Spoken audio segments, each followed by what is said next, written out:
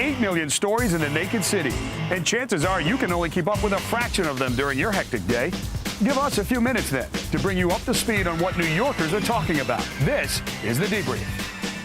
How about this? The race is on in New Jersey, Formula One in the Garden State. Will it be an economic engine boost? A son of Brooklyn calling the shots, literally, in his debut as a feature film director. Brooklyn is his canvas. Hollywood is his dream destination. And ghost hunting in time for Halloween at an iconic location in Midtown. Some say the spirit of a man who died there likes to hang out. Welcome back, everyone. The Debrief Express has come to Bed-Stuy to catch up to a man that the Daily News says is an up-and-coming filmmaker, but he's been working in films for a long time. This is Michael Pinckney. Michael, good to see you on The Debrief. This is an exciting time for you. We'll get to it first.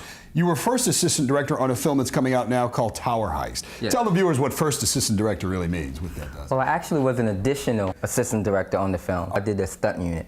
Okay, all right. So what are the kinds of things that you oversaw for the film? Well, just there was a stunt that needed to be done on the top of the Trump Tower, you know, so it was just one shot. We did it in an hour. All right, so that's an exciting thing. That film's coming out, Eddie Murphy, Ben Stiller.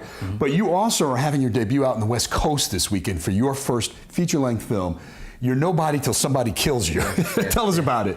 Well, it's about a serial killer killing rappers, you know. Basically, sometimes, you know, rappers are more famous when they're dead than when they're alive, so I came up with a concept that, you know, I think is really interesting. Dougie Fresh, well-known name in the hip-hop community.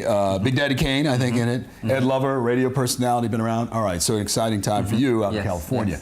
Tell us a little bit about you. You're a son of Brooklyn, and you've worked a lot with Spike Lee. And this started, as I see, you wrote him a letter. Tell us about that. Wow, that was you going back to high school. Well, that's what we do on The Debrief. We go back. Yeah, I wrote him a letter when I was in high school, you know, that he sparked my interest in making films, you know, and I wrote him a letter and I sent it in and said I would love to be an intern. You know, they called me in for an interview and I got my first internship on a movie. And see, I think that's so important, Michael, because you actually reached out and, you know, how many kids are listening or watching and they never take that step. Right. I mean, it doesn't happen for everybody It doesn't either. happen with everybody, yeah. So that got you on a path working with Spike. Tell us a little bit about that. And then I interned with Spike and then I started PAing.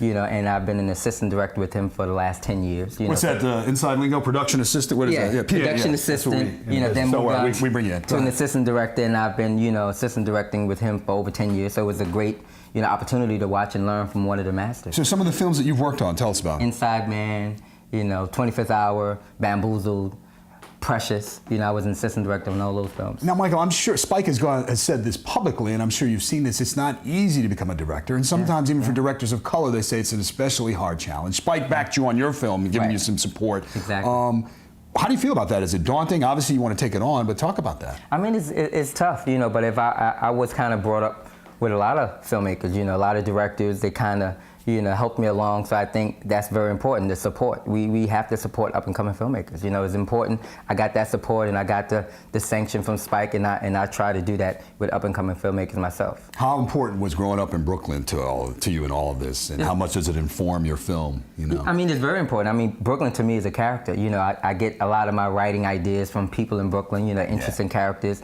Have a great aesthetic and architecture in Brooklyn. I love Brooklyn. Okay, all right, good. Do you feel like that you're on the cusp of something now, a turning point in your career? You feel? I mean, I made the transition from being an assistant director to a director, so that takes time. But you know, I'm making that transition now, so I'm definitely on the cusp. All right, Michael Pinckney. Remember, you saw him here on The Debrief. That's right. All right, now when you were there with Scorsese, all right, and Clint Eastwood, don't forget. No, never. Also, perhaps a cameo for you know, a television personality from New York. Of course. Michael, good luck, buddy. Thank you, sir. Thank you. We'll be right back on The Debrief.